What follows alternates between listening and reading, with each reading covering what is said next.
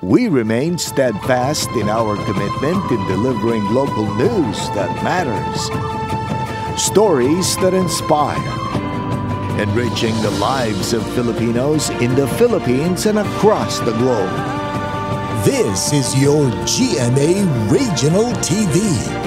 Buong puso para sa Pilipino. Ini ang GMA Regional TV Early Edition.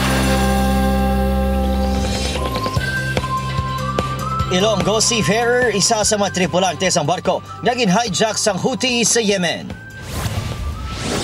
Report kaangod sa ginaligar korupsyon sa Bacol Traffic Authority Office na tala ng ipagwa sa madason nga simana. Kag sa labton sa mga driver kag operator nga nagpasakop sa transport strike, hibalon sa spotlight.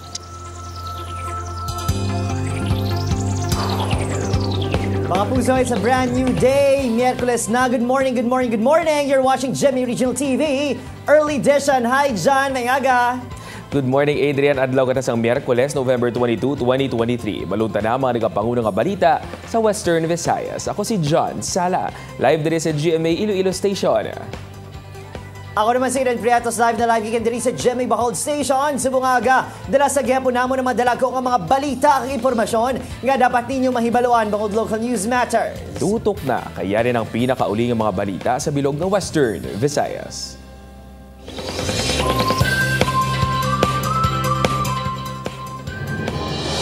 Para sa ato nagapangunang balita sa buong adlaw, padayon nga ginamonitor sang Office of the Civil Defense 6 OCD mga kapuso ang mga lugar sa riyon nga ginakabig flood kag landslide prone areas. Inibangod sa malaing nga panahon nga nagtuga sang pagminaha sa pinakabahin sa mga probinsya sa Aklan kag Capi. Sa datos sang OCD 6 naglabot sa kapin 49,000 ka mga individual o kung masobra sa 15,000 ka mga magpamilya ang napektuhan sang pagbaha. 51 ka mga barangay ang naapektuhan apang madamo sa mga ini ang nag-subside ng tubig. May na-record man nga landslide sa banwas ang Libakaw sa probinsya sa Aklan, apang gilayon man nga na-clear ang area. 14 barangays ang flooded sa Aklan and then 37 barangays naman sa Capiz. And nagapadalaman ang mga local DRM officers sa situation report every day and updates sa ilang situation sa ilang area of responsibilities. Pamilya sang isa ka Ilonggo Seafarer nga nagakabalaka sa kahimtangan sang ilahimatang ang ginapahayag isa sa mga tripulante sang barkong ginahijack sang Houthi sa Yemen. Ining gitutukan ni Zen Kilantang. Hindi mahimo si Mary Jane matapos makabaton sang impormasyon gikan sa kumpanya sang iautod nga si Leonardo Flores Jr. Suno kay Mary Jane, nagtawag ang kumpanya sang barko nga ginasakyan sang 39 anyos sini nga magulang nga na-hijack ang ila ginasakyan nga cargo ship samtang nagalayag sa bahin sang Hodeidah, Yemen padulong sa India. Isa si Flores sa 25 ka mga crew sang Japanese-operated British-owned cargo ship. Sa video nga ginrelease sang Houthi Group, makita ng pagsulod sa mga armado nga grupo sa barko sakay sa helicopter. Ang Houthi Group ang ginapahayag nagasuporta sa grupo nga Hamas. Suno kay Mary Jane, ulihin nila nga na-contact ang iya magulang sa November 18. Kumbaga, digto hopeless gid sila. So kami man diri ang Balatyagon nga naga-worry kami. So kabay pa nga mabuligan gid kami sang aton nga presidente ni Bongbong Marcos, sang OWA, sang iya nga company nga mapapuli lang tani ang ako niya magulang safe and sound. Suno kay Mary Jane, sa Bacolod City na nagaistar ang iya magulang upod ang asawa sini kag duha ka mga bata. Mabulig kami. Tapos mga kami bulig sa aton LGU kung anong sarang naton mabulig para sa pamilya. Sa pagpakigangot sang GMA Regional TV sa OWA Region 6 ginpahayag sang ahensya nga wala pa sila sa may nabaton nga impormasyon na tuhoy sa Ilonggo Seafarer. Kag nagahulat pa sila sang report gikan sa Department of Foreign Affairs. Padayon naman ang pagpakigangot sang news team sa DFA kag Department of Migrant Workers. Samtang ginkondena sang Japan ang pag-hijack sang Houthi rebels sa barko nga Galaxy Leader. Magluwas sa mga Filipino crew, may mga Bulgarian, Mexican kag Ukrainian nationals man nga crew ang barko. Zen Kilantang para sa GMA Regional TV Early Edition. Wari nagalapuyot matapos na maidid nga pagtutok sa City Legal Office mga kapuso sa ginapaso ni korupsyon sa talatapan sang bitaw kon Bacol Traffic Authority Office na talana nang ipakita sa publiko sa madason nga semana ang resulta sang ila maidid nga investigasyon.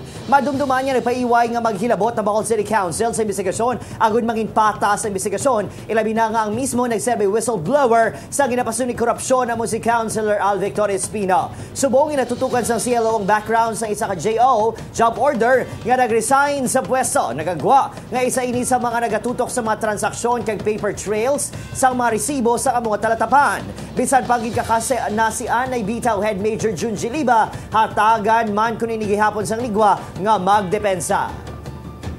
Ang nag-resign ang botong sa opisina na nagapag-collect sa mga resibo. Ano tagid anay kung may negligence sa yan obra na wayan na pang tapos si obra.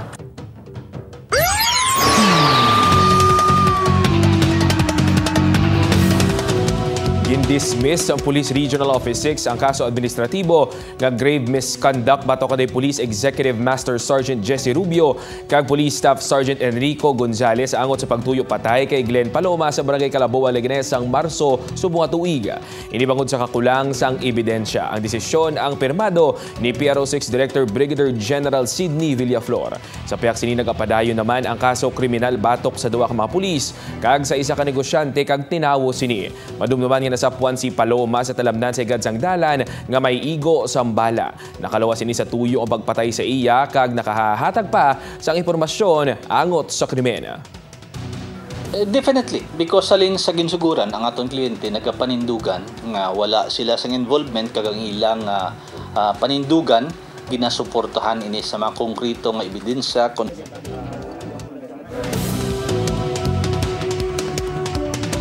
Nakapuso sa Negros Occidental naman may person of interest ng Murcia PNP sa matayon sa mag-live-in partner nga sa Feliciano Leagoso kag Susan Hilewagan sang barangay Iglauan, Banwasang, Murcia. Apang hindi pa makahatag ang kapulisan sa detalye samtang nagapadayon ng ilang investigasyon. Ginalantaw nga kilala sa mga biktima ang may kahimuan sa krimen bangod na uyatan sang lalaki nga biktima ang kandado sa puwerta. Patimaan nga ginbuksan pa sini ang suspect kag ginpasulod. Under investigation po sa Japon, we have a person of interest ma'am nga ginatanaw pero hindi pa naton maambal nga suspect kaya wala kita witness pa.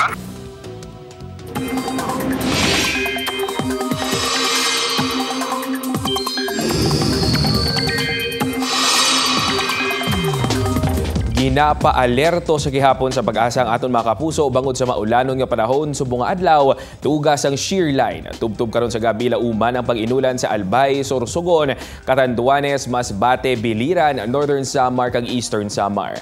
Apektado man ang iban pangabahin sang Visayas, Camarines Norte, Camarines Sur, Nabagatnan sang Quezon, Marinduque, Oriental Mindoro, Romblon, Surigao del Norte kag Dinagat Islands. Sa kadamuon sang ulan nga magabubo sa among mga lugar mataas ang tsansa sang pagbaha kag landslide kag halin subong nga aga tubtob karon sa gabi mataas man ang tsansa sang pag-ulan sa Western Visayas base ini sa rainfall forecast sang Metro Weather. Posible man ang mabasko nga pag-ulan sa iban pagin nga lugar gani magin alerto gid mga kapuso.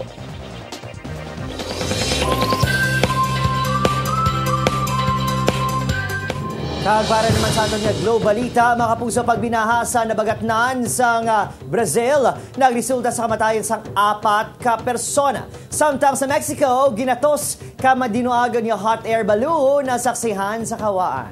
Nakatutok Julius Bilacaol.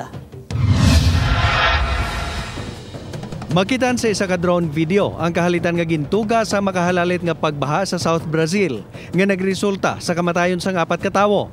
Bangod sa mamunog nga paginulan, ang kataason sang tubig sa River Cay nga nahamtang sa estado sang Rio Grande do Sul ang naglabot sa malapit 16 ka metros. Ginatos naman ka mga pumuluyo ang gin-evacuate sa hilway nga lugar. Madinuagon nga mga hot air balloon na nagpuno sa asol nga kahawaan sa Central Mexico bilang kabahin sang 21st International Hot Air Balloon Festival. Ang 4 ka adlaw nga festival ang ginpatigayon sa Leon City sa Guanajuato State kung sa diin kapin sa 200 ka mga hot air balloon nagikan sa 23 ka mga pungsod ang nagpasakop. Pila sa mga balon ang may disenyo nga unicorn, dinosaur, elepante, kag popular character pareho sang SpongeBob. Julius Bilacaol para sa GMA Regional TV, Early Edition.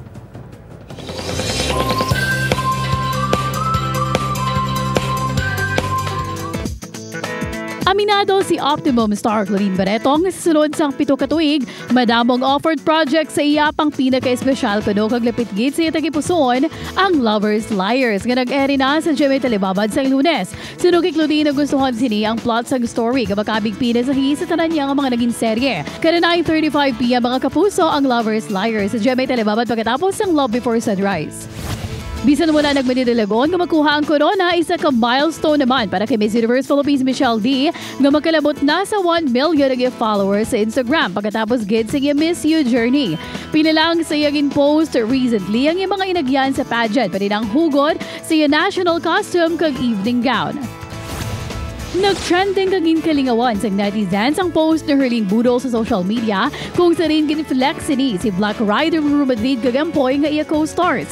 May caption ini nga sino ba lang pilio ng guwapo o kung mas guwapo. Nangintunga naman syempre ang reaksyon sang fans nga iba nag-vote para kay Black Rider Real Madrid kag iba naman kay Ampoy. Malantaw ang Black Rider 8 PM sa GMA Telebabad pagkatapos sila sa 24 oras. Ini ang GMA Regional TV Early Edition.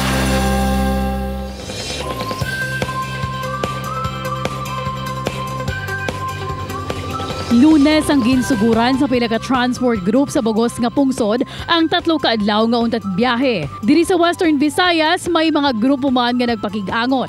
Ang LTFRB6 ay nagapandam sang konsekwensya sa mga magapartisipar sa strike. Apang wala ini nagpugong sa pila ka mga operator kag driver. Ano ba lang pinalidad nga nagahulat sa mga nagauntat biyahe? Ini ang tutukan ta subong nga aga sa Spotlight. Ang mga salabton sang drivers ug operators nga nag-upod sa transport strike ang talakayon ta subong nga aga upod sa legal officer sang Land Transportation Franchising and Regulatory Board 6 si Attorney June Altura. Good morning, Attorney, kag welcome sa GMA Regional TV Early Edition. Good morning Jan, kag good morning man sa imo televiewers. Salamat gid sa kahigayunan nga bahin mo kami ang amon opisina sa imo programa sa buong aga. Attorney, as of now, may ara na kamo sang na-identify nga mga driver o kon operators nga padalaan sang show cause order bangod sa pagpakigabahin sa nasambit nga transport strike. Ang amon reporting gina-consolidate namon matapos ang strike nga ini kag dra naton mabalaan kung sino gid kag pila gid ka mga transport operators kag units of public utility jeeps nga nagpartisipar sa transport strike. May gina-validate pa kami nga informasyon nga may ara nga mga nagpartisipar sa strike sa probinsya sang Capiz kag posible nga may ara sa Bacolod City. So, Attorney, we have already announced nga may nagakaigo gid nga penalidad nga ipapanaog sa mga ma-prove o kon mapamatud-an nga nag-upod sa nasambit nga strike. Una, ano ang proseso nga pag-aagyan sa mga ini kag ikaduha, ano ang posible nga mga penalidad nga nagahulat sa ila? Nahibaluan na dapat sa aton mga operators nga isa sa terms and conditions ang ila prangkisa nagabutang nga hindi nila magamit ang ila salakyan sa mga hublag nga naga-kontra sa programa sang gobyerno. Ang ini nga strike ginpanawagan ini sang piston kay nagapangontra sila sa modernization program sang aton gobyerno. Bangod sini nag-violate sila sa ila prangkisa. Antes ina imponer ang penalidad depende sa gravity sang violation. It can be suspension, it can be cancellation. Pero ginaobserbahan nato na ginatawag nga due process. So once na-identify nato na operator, padalaan naton sila sang show cause order. Give them time to answer. And if the office can decide based on their answer, then we will decide. Otherwise, we will conduct a clarificatory hearing. Sa nagligad, attorney, nga may ginpatigayod man nga mga transport strike, may ara bala nga nag-upod nga driver o operator nga na-penalize gid? may gintagaan kami nga mga notice of isang show cause order. Pero ang mga show cause order nga ito na-address sa transport co-ops kung sa diin ang ila unit na involved. Kay man kung ang imo unit na consolidate sa isa ka prangkisa kag nakabiolate ang amo nga unit, ang penalidad sina is cancellation or suspension of the whole franchise. Ang matabo nga ang kabilugan nga prangkisa makanselar. Hindi naton gusto matabo kay hindi man tanan nga naga-operate nga unit sa dra nga prangkisa may nagasuporta o kung nag-upod sa strike. So ang ginubra namon bangod kay nagpadala kami sang show cause order sa co-op. Ang co-op lang mismo ang nagpenalize ang ilang membro nga gingamit ang ila unit sa strike. Nagapanguna nga kausa attorney sa nga transport strike ang pagpamalabag sa PUJ modernization program sa gobyerno. Sa mga nagaupod sa sininga panindugan diri sa Western Visayas, ano ang luyag mong ipalapot sa ila? Sa pagkadamo ng mga operators ka mga salakyan diri sa Region 6, gamay na malang ang wala naka-intra sa ginatawag naton consolidation process. Amo nang pinakauna nga tikang nga magpartisipar sa modernization program. Sa Iloilo City, sobra na 90% naka-intra. Kag sa kabilugan nga rehiyon, lapaw na kita sa threshold na ginset sang national government nga 60%. So, butang balon, minoridad na lang ini ang panawagan sang halt sa transport modernization. So, kung kita sa demokrasya, ang normal nga ginasunod naton nga ang tingog sang kadamaan amo na ang ginapamatian. Sa na-observe ta attorney, wala sang direkta gid nga epekto sa Western Visayas ang transport strike. Pananglitan abi attorney nga may strike sa palaabuton kag mag-abot sa punto nga magkulang gid ang nagabiyahe nga units kag madamo ang mga commuters nga maapektuhan. Ano ang mangin papel sang LTFRB 6 angot diri? Kami sa LTFRB can always use our regulatory powers nga ang iban nga mga transport providers itap namon to address the gaps nga ma-create sa nagakalain-lain nga ruta. Kumpiyansa kita nga once ang LTFRB na maggiho, ilabi na gid kung ang ini nga giho sang LTFRB suportado man sang aton mga local government units nga nagaulikid sa ila mga commuting residents. Ano man nga threats sang public transport paralysis daw mahapos i-address sang aton opisina kag sang aton gobyerno. Attorney, madamo gid nga salamat sa oras nga ginhatag mo sa amon diri sa GMA Regional TV Early Edition. Salamat man dyan kag sa liwat, salamat sa kahigayunan nga ginhatag mo sa amon.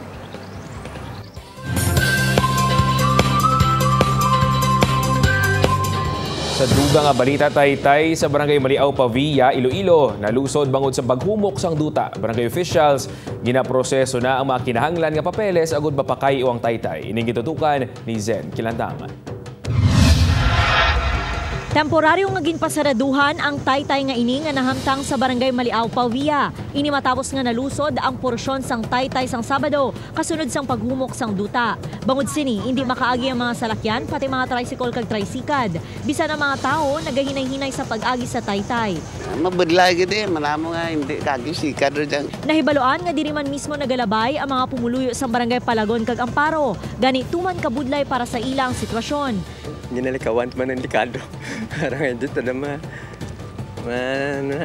Haluso daw. Suno sa barangay officials, posible naghumok ang duta bangod sa kadugayon sang taytay, kag masami nga pag-ulan. Nagpasalig man ang barangay nga ila na ginaaksyonan ang problema, agud mapahagan-hagan ang perwisyo sa pumuluyo. Nakapasar ako kada solusyon sa DP nga itawan dari na tensyon kay halo riyan sa idalom.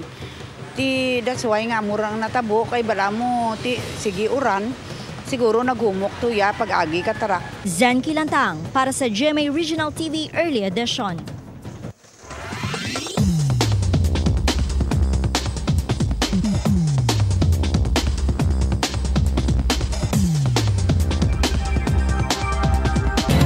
Ini ang GMA Regional TV Early Edition.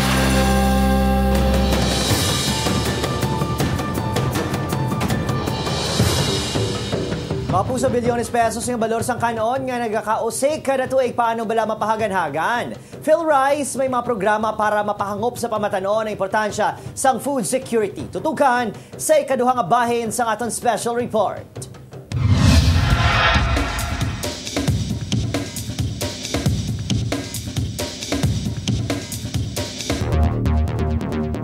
Diri sa boundary sang Banwa sa Murcia, bago kag Bacolod City, nagapatigayon sang research and development ang Phil Rice Negros. Pila sa mga ginatutukan sang grupo ang mapamaagi nga luwas sa mapataas pa ang produksyon sa humay, mapasanyog ang hybrid palay ginalantaw, makabulig sa problema sang food shortage. Dapat maano natin yung ugali na yun na tipirin natin kasi kawawa naman yung yung mga walang maibili. Nagmamahal ang kanin, ang bigas, gawa ng mataas yung consumption natin na actually yung ibang supply pala nun nasasayang lang. Tinatapon natin. Bangod niya nakabing nga healthy alternative. Ginatinguhaan man sang Phil Rice ang pagbasangkad sang produksyon sang organic rice. Bangod organic inputs man na kinahanglanon kaangay sa mga fertilizers nga halin sa molasses ug iban pa. Palaagyan ini agud mahatagan extra income. Ang mga nagapanguma sang tubo kung off-season pinaagi sa biotechnology. If we're looking for the improvement ng individual farmer or yung kanyang household, it will contribute a lot. Like for example, when we go to the supermarkets, ang mamahal ng mga prices ng organic rice, like pwede siya kasing magiging added value. Subong Nobyembre, kadungan sa National Rice Awareness Month. Ginaedukar ang mapamatanon sa importansya sa agrikultura kag pagpanguma. Ang ini nga mga tiglawasang farm school sa probinsya, gintipon sa hands-on training sa pagtanom, tubtob harvest sa humay. Kaya nga kung mga lolo ko, nanay, farmers, alin sa una. So bali do ara gid sa amon dugo ang magiging pagiging farmers. Abusador. Naman. Way nila may blaster ginapaminsar kung paano lang ano kabudlay sang tanom, personalin palang pagtubo, pagtanom kag mag-ani. Ang kanon, ang simbolo sang paglaom sang tagsa ka Pinoy nga pisar sang malapnagon nga kampanya nga inibuslan sang patatas kag kamote ang indi sa gihapon mauyunan sang kadamaan. Tubtob wala pa malapnagon nga pagbaton sa nagkailain nga alternatibo sa staple food sang mga Pilipino. Kabay pa, mangin maalam kita sa pagkinot kang ipahanumdom sa tagsa-tagsa nga ang kada kutsarang ginauyangan ang sabat pa sa gutom nga nabatsyagan sang iban. Adrian Prietos para sa GMA Regional TV Early Edition. Mapuso ulatun pa ni Bacolod City Mayor Albi Benitez nga matapos ana ang election ban antes ini mag-appoint sa city administrator nga magatalos kay Attorney Pacifico Maghari III. Madumduman nag-resign sa pwesto si Maghari epektibo Nobyembre 1. Wala pa sang ginsambit kapangalan ng alkalde apang ang iyahin. Halin kuno ini gihapon sa LGU kag may ihibalo na ini sang trabaho kag pangginawi sa gobyerno. Samtangin pahaing naman ni Negros Occidental Governor Eugenio Jose Bong Lacson nga bukas ini sa posibilidad nga maghalin sa provincial government ang iga-hire bilang city administrator ni Benitez. Pabor man ini nga ang piliyon sa alkalde sa syudad. Kilala sini kag masaligan sa mga olobrahon.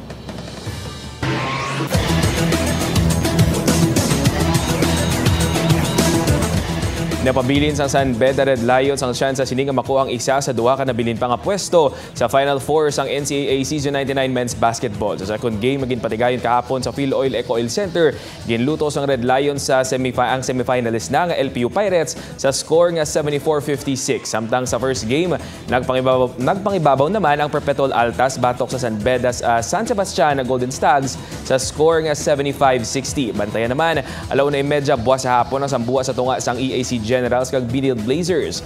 Ining pagasundan sang hampang sa tunga sang Mapua Cardinals kag JRU Heavy Bombers. Ang inampang sang NCAA Men's Basketball ang malantaw kada Martes, Miyerkules, Biyernes, Sabado kag Domingo sa GTV kag live streaming sang NCAA Philippines kag GMA Sports Facebook pages.